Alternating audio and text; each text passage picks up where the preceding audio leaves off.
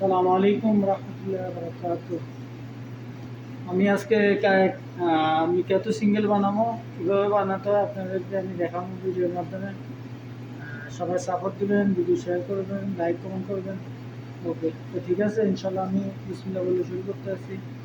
আমি এখন মিকাতো সিঙ্গেল বানাই আপনাদেরকে দেখাবো।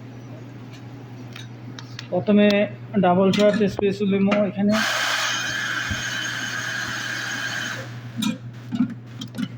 তারপরে আমি কপিগুলো রেডি করলাম, তারপরে বাটন প্রেস করবো। এরপর আমি আলিফ ডাললাম, আলিফ ডালিয়ে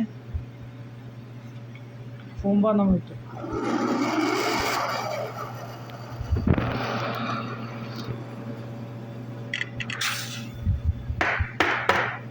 যাক আলহামদুলিল্লাহ, অনেক সুন্দর ফোম হয়েছে। এখন আমি আপনাদেরকে দেখাবো কীভাবে মিকাতো সিঙ্গেল বানা।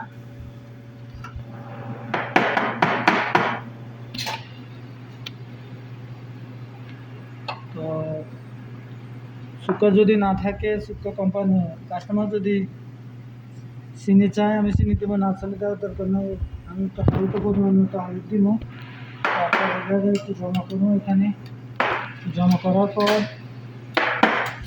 পরিমাণ মতো এক স্পুন ফোম দিব, পরবর্তীতে আরেক স্পুন। এই হয়ে গেল আমাদের মিকাতো। কেমন হলো সবাই শেয়ার কমেন্ট করে আমার জানান।